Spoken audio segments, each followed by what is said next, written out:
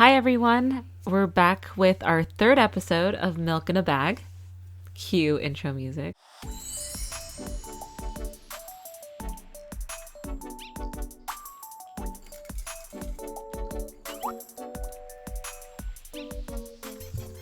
And today, me, Andrea, and May, we're going to talk about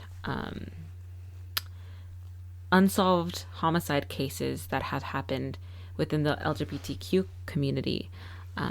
But before that, we're going to start with sort of some current events that we learned about this week. So without further ado, let's go ahead and get that started.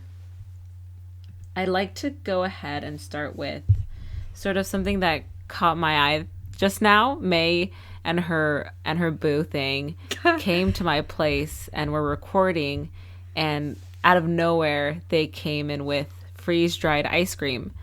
Never heard of it, didn't know it existed. I know freeze-dried things exist, but I thought it was really cool.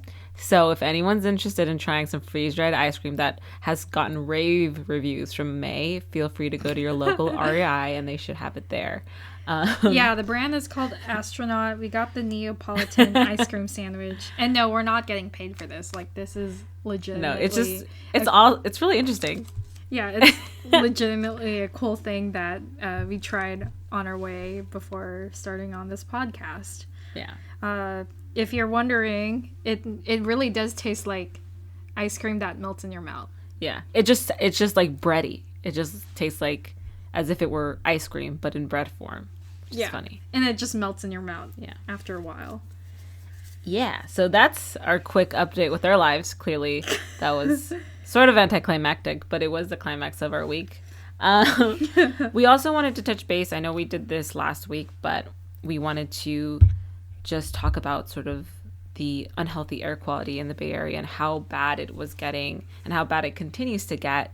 You know, the unhealthy levels. I personally work in San Francisco. May works in Oakland.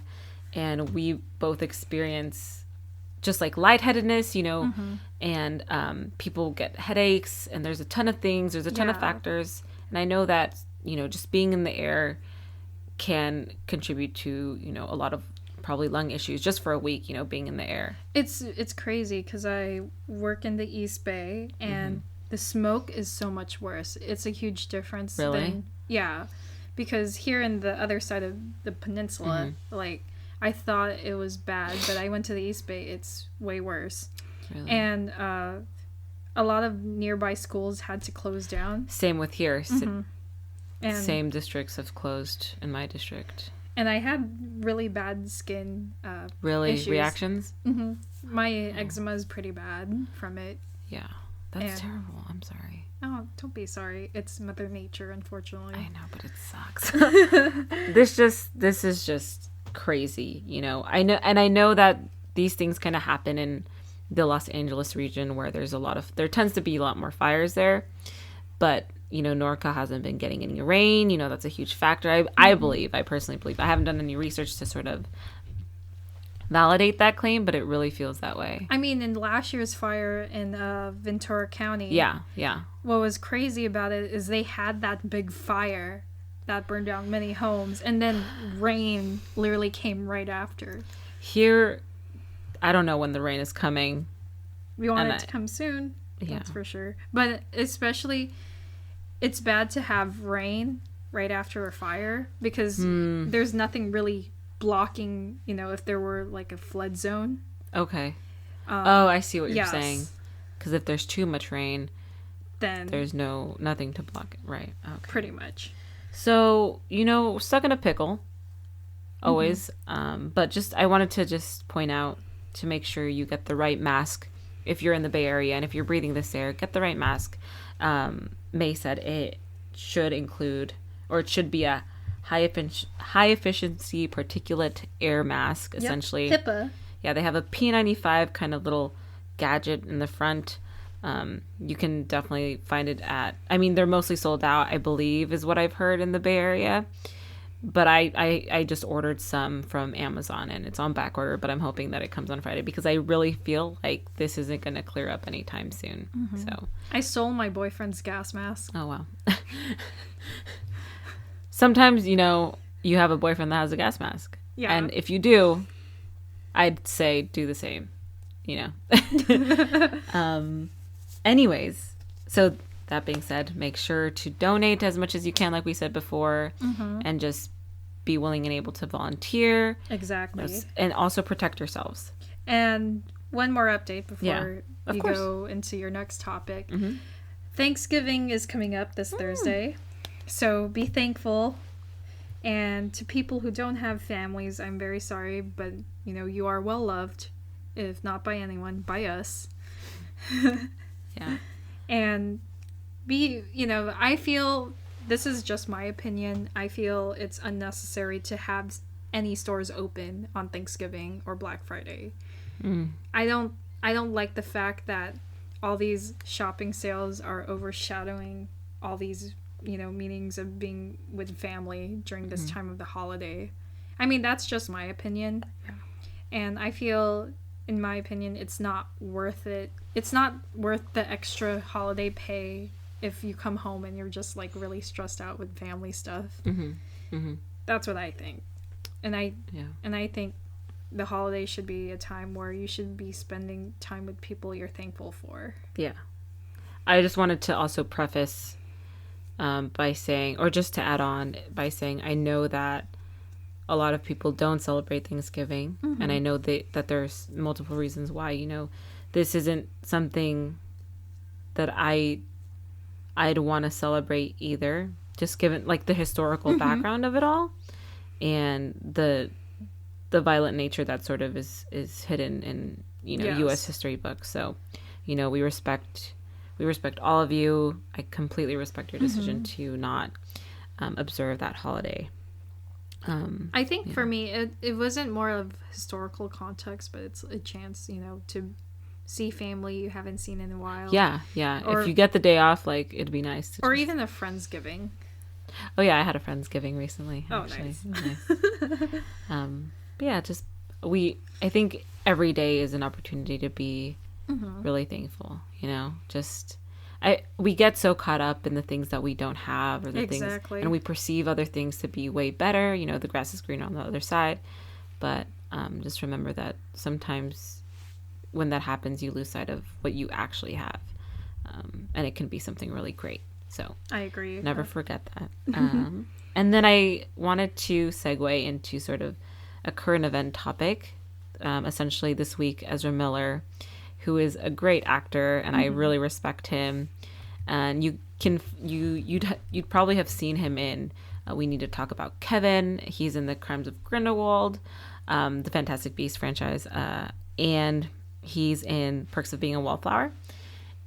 Essentially, he's a very out celebrity, and he did an interview with Playboy and talked about The Crimes of Grindelwald, the Fantastic Beasts movies, but also, his art and his sexuality, which is, he is, it appears to be, I believe he identifies as queer. I didn't read too much into it, but I know like he's had relationships with both men and women, and he's now currently polyamorous, and his lifestyle is like he has a group of people that he's involved with, and I think that's just for me it's a concept that's really hard to grasp because of my own experiences. But I think if you are polyamorous, then and you need maybe some help or some guidance, I think it'd be cool to just read that article of Playboy. It doesn't give you so much nuance, but it's just nice to see like somebody in media that actually, goes through similar things that you did, or maybe, how they look at it from their perspective. So, yeah. I know I'm not a polyamorous person, but I do admire him, for sharing his experiences. If you want to know more information about Ezra Miller and his experiences, we will put the link on the article in the description box. Yeah, so go ahead and check it out. And now on to the topic of the hour. So, May, I know that you did a lot of research on homicides of LGBTQ plus community or people, individuals. So What did you find? I'm very curious. I've always been interested. For this particular episode, I do want to talk about 2 specific cases, and yes, they're the victims are transgendered, male to female, but out of respect, I will refer to her, she, as I'm pretty sure they would want to be identified that way. Investigators in both of these cases were very respectful and very active, because a lot of these cases are overlooked every day. It's always a tragedy when someone's murdered. Yeah. So, that being said, our first case we're going to talk about, she is being referred as Julie Doe. There were 2 different sketches of her back from 1988. And, I looked at this sketch. I will post like a image on this video podcast of how she looked like in 1988. And I could see why they had a hard time identifying her, because it was, you had the eyes, the nose, the mouth. Like, it looked like it could look like anybody. Okay. It was like a basic drawing. In 2015, much more detailed and much more identifiable. How? So, because they were able to collect information, and okay. that I'll go in depth. So, on September 1988, a passerby discovered a woman's decomposed body in a wooded, swampy, rural area of Lake County, Florida. The cause of death is unknown because it was already in a state of advanced decomposition. So originally, it was thought that she was a cisgendered female and might have given birth once in the past. Okay. At the time of her discovery, she wore a greenish tank top, long acid wash Manisha brand denim skirt, with her pantyhose rolled down. So this may indicate that there was a sexual element to this crime. So they believed it was homicide because her body appeared to be dragged away from the road as an attempt to conceal her body. And as far as we know, and as far as the investigators speculate, her age range was likely between 22 to 35 years old.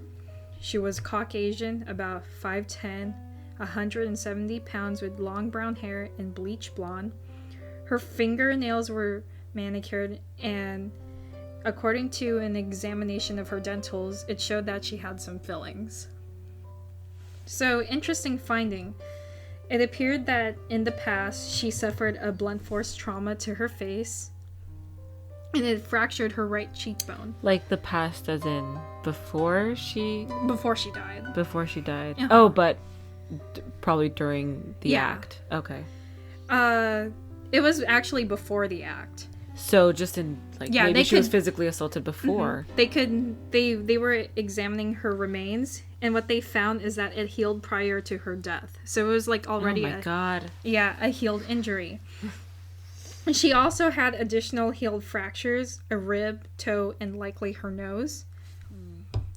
Hold on, give me a moment. I gotta drink water. Sorry, guys. Dang it, May. Sorry. I'm kidding. So, her rhinoplasty may have been part of her transition, or it may be a cosmetic choice to hide her facial trauma. Right. So what I pointed out is she likely was known to be transgendered, and she was physically assaulted. Right. So this is not her first time she had a violent run-in because of who she is. How do they determine blunt force trauma versus maybe a cosmetic surgery?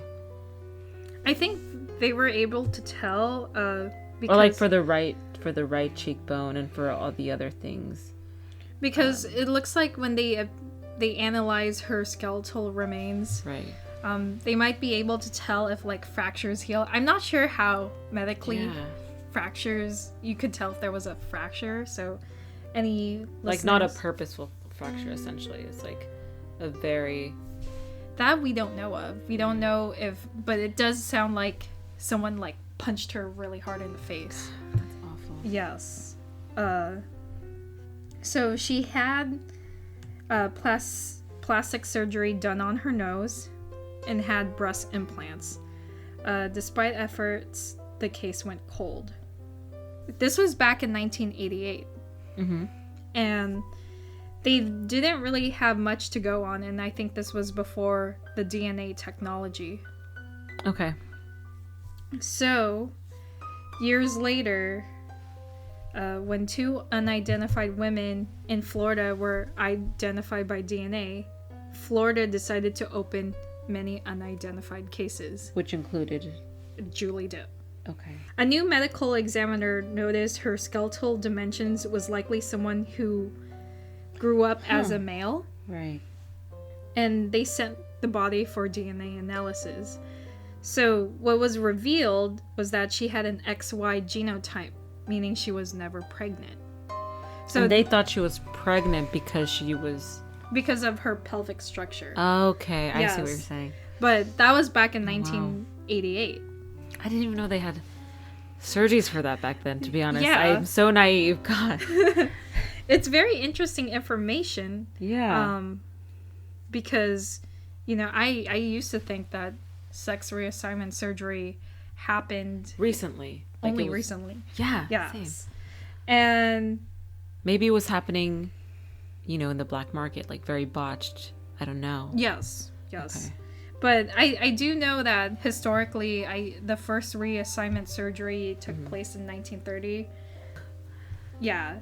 That's great. That's a whole other topic. We will Yeah. bring it up sometime in the Sounds future. like a fun topic. Yeah, it is. Yeah. There's a movie about it, too. Oh, okay, cool. I should watch it. And going back, so the changes in her pelvic structure was suspected to be due to estrogen therapy. They analyzed her 250cc silicone breast implants and realized that they were discontinued 5 years before her death. So this was before 1984. Okay. And they suggest that she had surgery before 1984 because because surgeons in the U.S. rarely implant medical devices more than a year after they are manufactured. Another thing to point out about this is this was before a time period where breast implants had serial numbers. So, yes, so had she waited a couple years more, or if she was still alive a couple They years... would have been able to identify her. Yes, but because it didn't have serial numbers at that era, Yeah. it made things way harder. They are uncertain if she had full reassignment because no one saw anything in her remaining soft tissue that indicated she was not cisgendered. Okay. They suspect her reassignment took place likely in Miami or Atlanta. That's actually pretty interesting to me because I'm not surprised if it's Miami, but I'm a bit more surprised about Atlanta. Is it because Miami has a certain reputation? Yeah. Essentially, what we mean by that is people go to it's like, I don't know how to say it, but people go to Miami or like a lot of people in Miami have operations, cosmetic, plastic surgery. It's also possible that she lived in New Orleans, New York, and even California while in transition. So a lot of places. And this was fascinating to me as well. During that time period in the 80s, individuals undergoing transition were required to do extensive counseling, in a year of living full-time with the gender expression that they want to transition to. Okay. I know that is still in play, I believe. I think that even if a male or even if a female wants to get their breasts removed, and in order to identify as masculine or a man, they have to go through counseling, extensive counseling. They also have to keep in mind that a lot of these surgeries aren't covered by insurance, or they are partially Yes. covered by insurance, and it also depends on the district that you're in.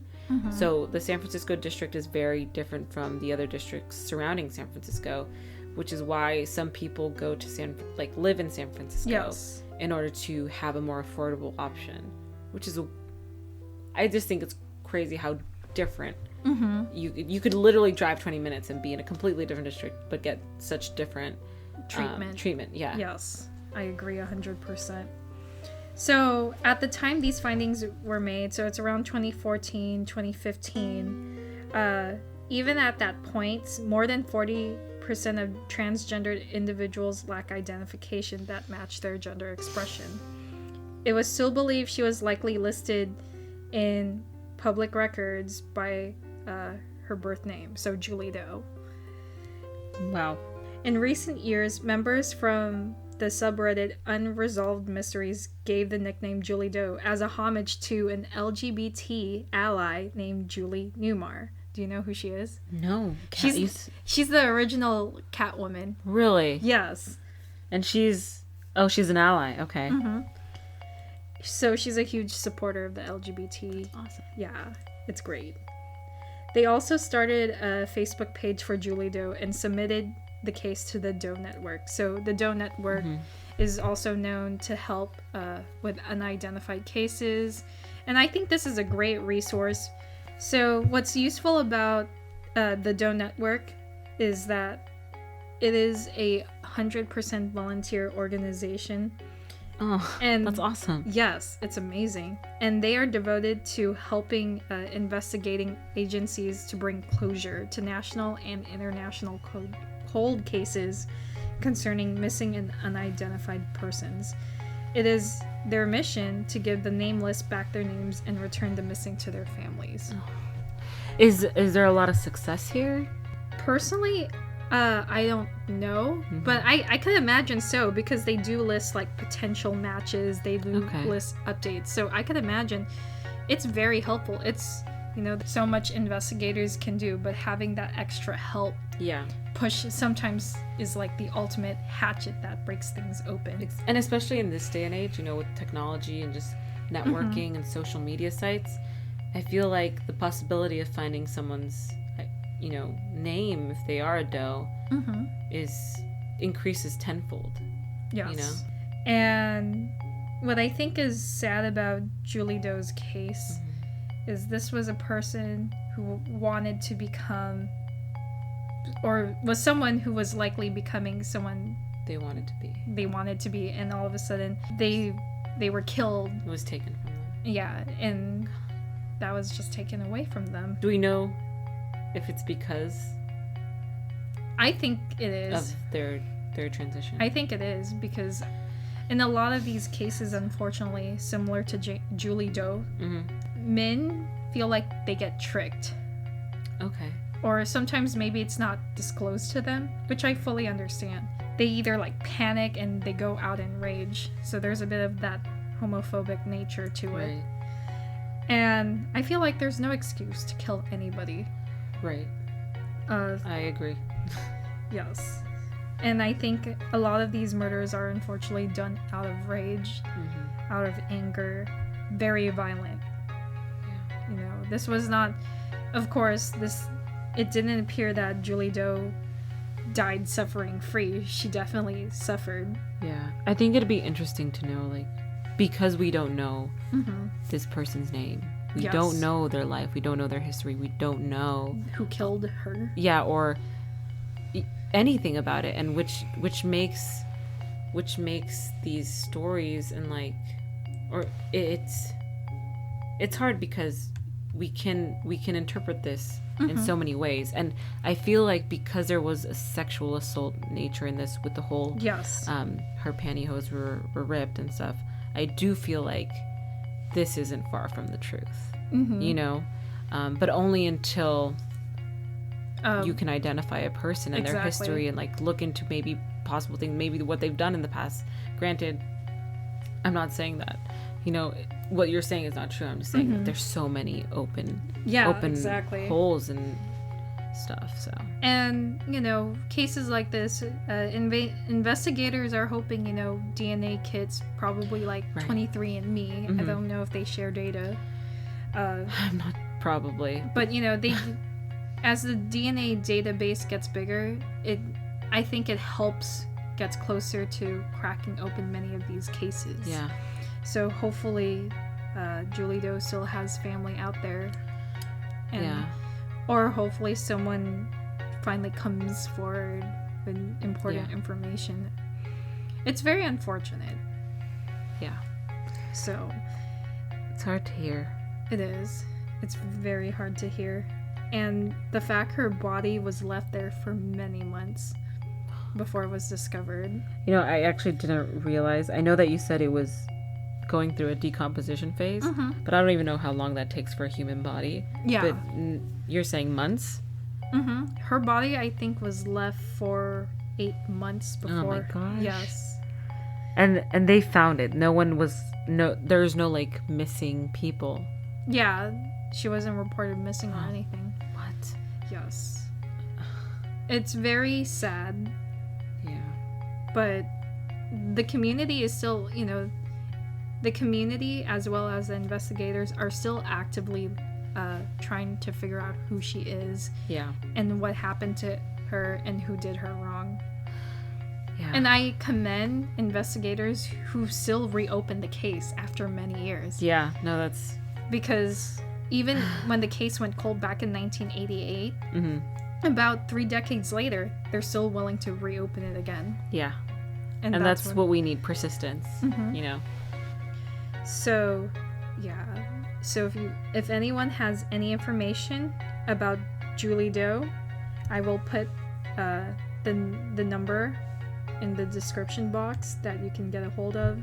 Something to note, this took place in Lake County, Florida. Once again, Julie Doe, her age was between 22 to 35 years old. She was Caucasian, about 5'10", 170 pounds, with long brown hair and bleach blonde. So, we just lost half of our recording, so here's a re-record. At this point, we're already like super, super tired. So it's a long Sunday. It was. Okay. I mean, we were enthusiastic on the first take. Too bad. Yeah. Too bad. Audacity decided to be a Dinkelbuck. There you go. You tell him, May. So, the second case we're going to talk about is no less tragic, and we will be talking about Loni Kai. So, her body was discovered by a jogger in an overgrown field near Southwest Farmington and Woodbridge Roads in Hillsboro, Oregon, on August 26, 2001. Out of respect, I won't say her birth name, but you can find that information in my list of sources in the description box. Okay, Washington County Detective Sergeant Mike O'Connell, one of the investigators of this case, described the murder as vicious, as someone beat her with what appeared to be a metal object. Another detective, Murray Rao, mentioned that the body was found 9 miles away from where she was last seen, and that there was a 4.5-hour window from where she was seen last alive. It does appear that her body was dragged from another location. So here's the timeline that they have so far. On the day her body was discovered, Loni Kai was last seen speaking to a female at 7-Eleven near Southwest TV Highway and Cornelius Pass Road. Did they ever identify that female? No. I actually didn't see any information who the female was. Just a female in a 7-Eleven. Okay. I know. Interesting, right? I would look into that, Yes. Right? And they didn't actually say what exactly Loni Kai was telling to this female, so it's unknown. Right. About an hour and a half later, so around 3:30, she was hitchhiking along the highway near Southwest Murray Boulevard. I always think hitchhiking leads you to a bad situation, regardless of identity. Yeah, it's also illegal. I don't know. It's illegal in the state of California. I'm not sure if it is in the state of Oregon or Washington. So that's, yeah. I personally don't trust people enough, I guess. Yeah. Which is, like, terrible, but... Even in 2001, I feel Gosh, like... no. Yeah. Are you kidding me? Yeah, no way. A Beaverton police officer saw, and so he saw her and approached her if she needed help, which is what a good officer does. Yeah. Loni Kai declined help, which I think was a bad idea. No. After that, it was unknown what led to her being killed and discovered, and led to the discovery of her body at 8 a.m. Detectives suggest that she must have been killed and then dumped in the field between 3:30 to 5 a.m. Right. That's likely when the murder occurred. Yes. Detectives suspect that someone picked her up and was irate upon realizing that she was biologically male. It was likely that 2 people were involved. To be honest, when they mentioned 2 people were involved, I wonder how they were able to kind of get to that point. To figure out whether or not Loni Kai was trans? No, that were involved with her murder.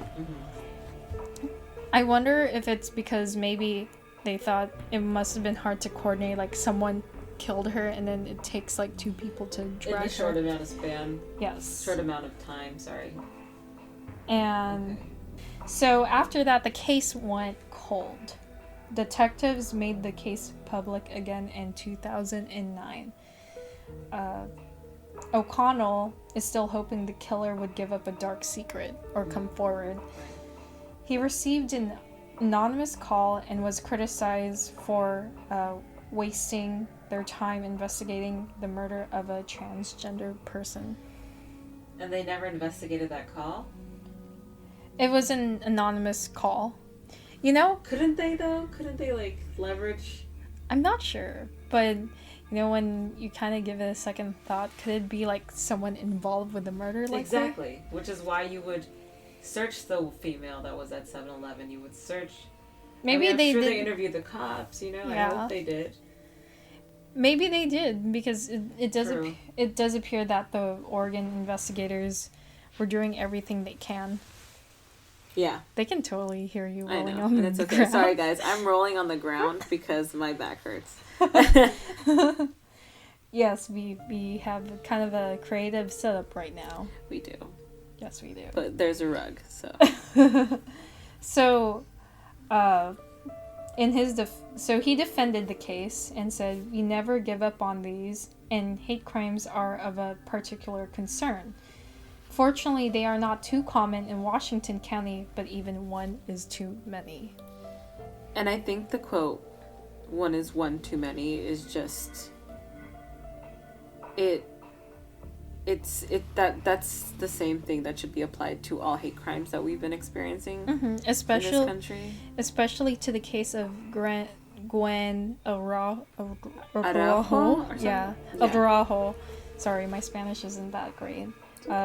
Another transgender victim who was murdered, and the murderers were not convicted as... They weren't charged with a hate crime. But we don't even know the murderers. No, we do. Really? For Gwen's case? Yes. Yes, it was her former... What did I missed something? It was her what? I'm gonna totally do it in another episode. Oh, right. Okay, I thought we were talking about something else. Yeah, but just a short detour. In Gwen's case, her former lovers found out she was transgender. Oh my god, that's terrible. And in a fueled rage, they made this plot and killed her and tortured her. That's awful. Yes, it is. And it happened in the Bay. How can you love someone and, like, kill them? Yeah. You know what? Actually, that happens way too often. It does. To be honest. And now that I think about it happened in the South Bay. San Jose, you said, right? Yes, San Jose. It's insane because San Jose. It's way too close to where we are. It is way too close to where we are. Yeah. That's for sure. But going back, so the investigators are still determined to figure out who killed Loni Kai. They're still hoping they're hoping someone might have crucial information to make it as the missing link. Yeah. Interesting fact. Loni Kai's case was brought up to the Senate Congressional Record dated on September 13, 2001, only 2 days after 9/11. And Senator Kennedy introduced the Local Law Enforcement Act of 2001. Republican Senator Gordon H. Smith of Oregon wanted to add new categories to hate crimes legislation and told the story about Loni Kai. It's so hard because, you know, out of this tragedy, something good did come out, but I just wish that, you know, I just wish that it didn't have to take this kind of gruesome murder to lead to that point. Exactly. Like, why couldn't we just be more aware that there are trans people and that people don't necessarily respect that, and that this could lead, like, that's just like logic, you know? Mm-hmm. And if people don't respect other certain groups of people that are very specific, then of course they're targeted. Yes. You know? And, you know, people bring up the argument, well, maybe this transgender person didn't disclose their identity. I think that's utter BS, only because I feel like even if they did, you know, there are still people out there who will come and get them. True. And in my opinion, murder is there's no excuse for murder. Yeah. There's no excuse. It's different from self-defense. Mm-hmm. And even then, self-defense is a whole other murky topic. I mean, there is no justification for murder, but I know that so many people, there's something wrong, mm-hmm. you know, in your mind, or there's a disease if you can and are willing to murder another human being, or maybe even murder a pet. You know what I mean? Yeah. There's just something they're psychologically unwell. Mm-hmm. And there's also that strong homophobic fear. Yeah. Which is also another psychological, that's also a mental illness, to be so hateful toward mm-hmm. like, why is that not considered a mental illness? Yes. And I think what's sad is, okay, regardless of whether the victim was in a dangerous situation, hitchhiking along the highway, it's still not justified for that person to get murdered. You cannot say that they deserved it for whatever they were doing. No, that's never something mm-hmm. that anyone should ever say. You should be asking, you know, why do people feel the need to do horrible things to maybe vulnerable people who are lone, like, you know, people who are hitchhiking. Like, yeah, there's too many things that happen that.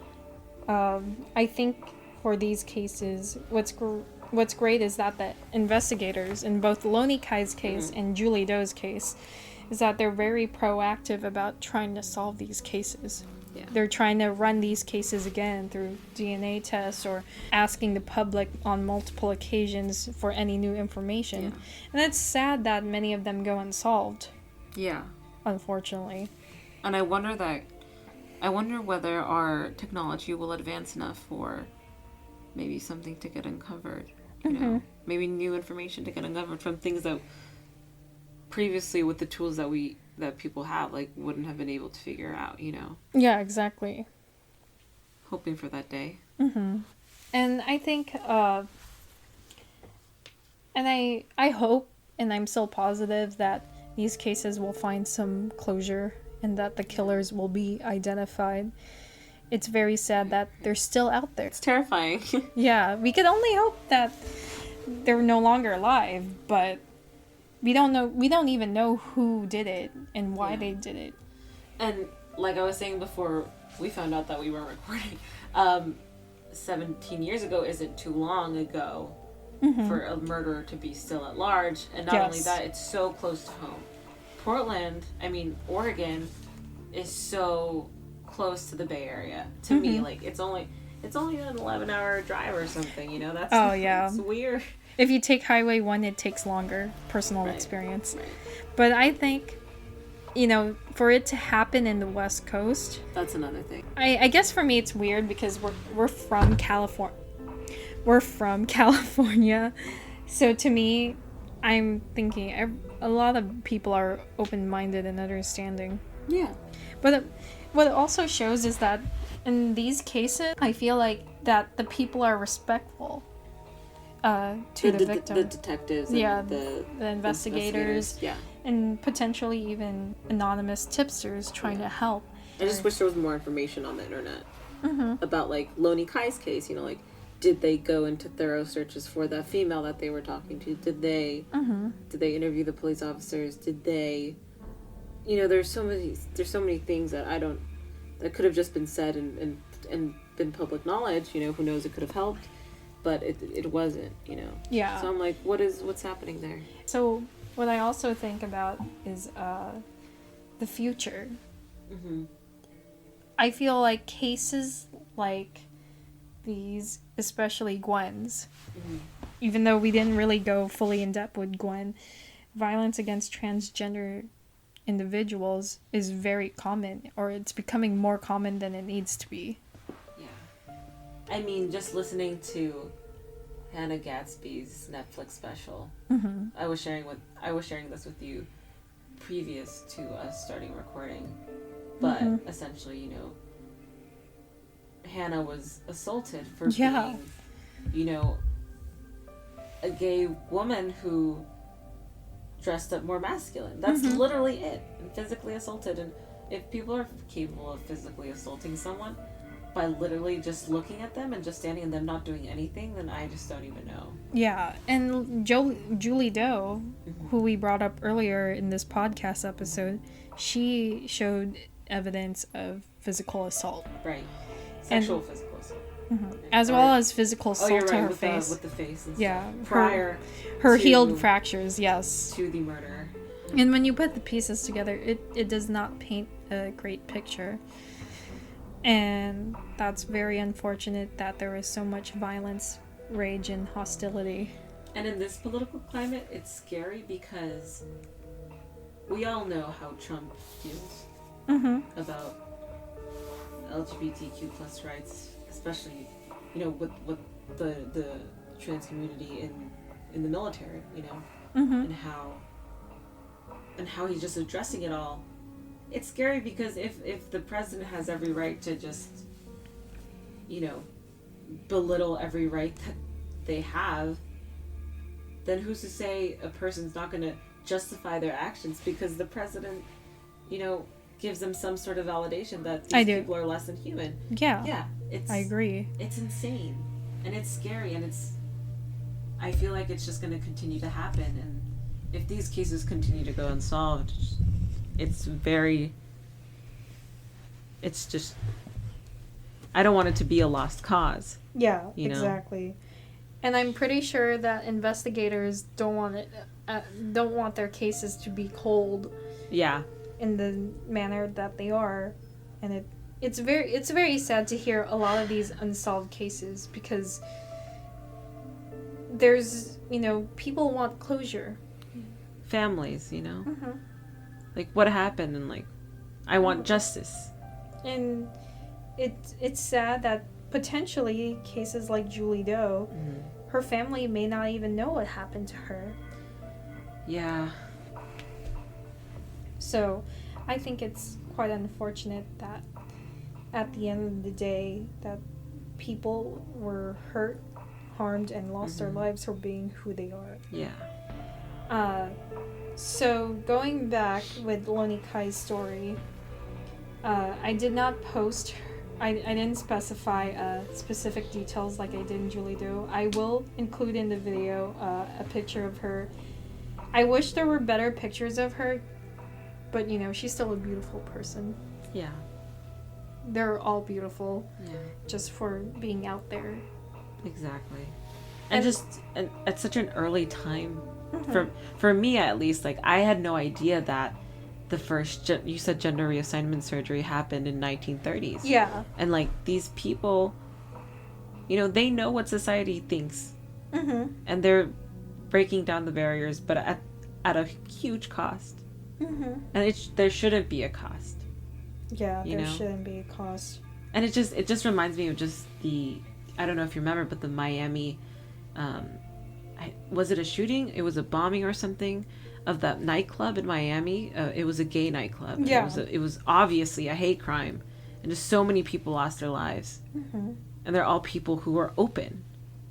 I agree. Who are out, That's so scary. To bring up the argument that transgendered people wouldn't be killed if they disclose who they are or who they were, I feel like it's still, well, the problem is there are people who do disclose and they still lose their lives. They still get hurt. And if anything, it's because they're disclosed that they're more of a target. Yeah. They become a bigger target. Yeah. And so... Are you ever scared? Me? I guess because, I live in California and I have, like, a strong group of friends. I feel like I am myself, but at the same time, I'm not, like, openly being, like, yeah, I'm this, I'm that at my workplace. Yeah.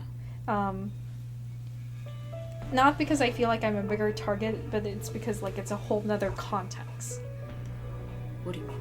Like, I feel like in work, it's not really a place to bring your personal stuff to. Okay. But I feel like outside of, like, say something if I'm with my friends, yeah. I feel pretty comfortable with that. Yeah. But I feel like in other places that aren't as open-minded or maybe not as liberal as California, maybe a different story. Right. It's so interesting because when that shooting or bombing, I'm sorry, I forgot what happened in the Miami nightclub, but I know that lives were lost. But essentially, when I found that out, I was sort of scared to go to a gay club in the city. It's the Orlando nightclub shooting. So it was a shooting. And it killed 49 people. 49 people lost their lives. That's insane.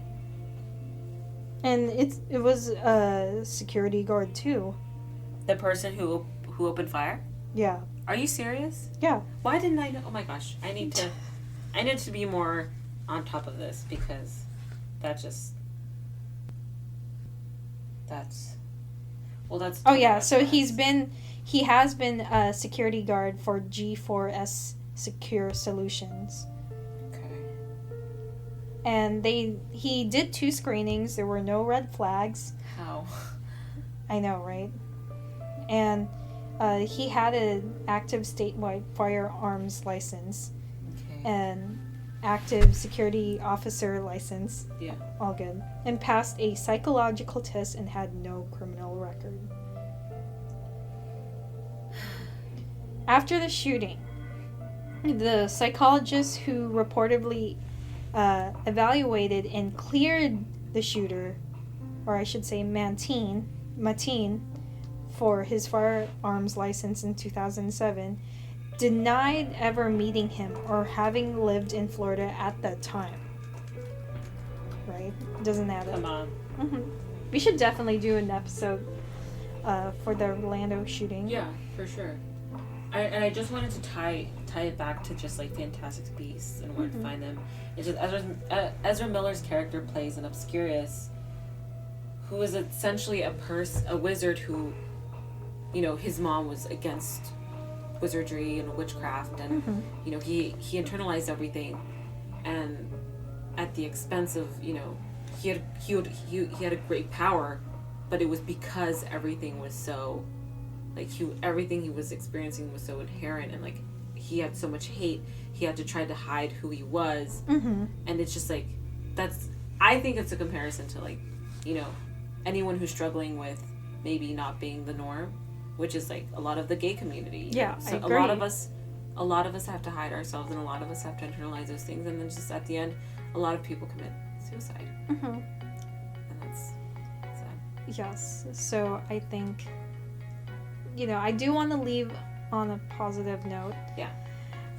Despite the tragedy and the cases that we discussed in today's podcast episode, I think we should be thankful that we are able to live with our identities. At least we are. Yeah, we are. Yeah. And also that everyone has a right to be who they are. Yeah. As long as they're not harming others, I would say. I agree. Mm-hmm. Yeah. And includes a bit of our somber holiday special. Yeah. I mean, it's just good to bring to light, you know. But yeah. We do apologize for this quality of audio. We had a long Sunday. We'll do better, we promise. Yeah. Today, we just wanted to push out this episode because we know holiday season is coming up. Mm. And we just want to make sure that everyone stays safe. Yeah. And appreciate the people. Love as much as you can. Love as much as you can. That can mean physically or emotionally. Yeah. Either way. Love yourself. Yeah. Love yourself too. And just remember that we love you guys too.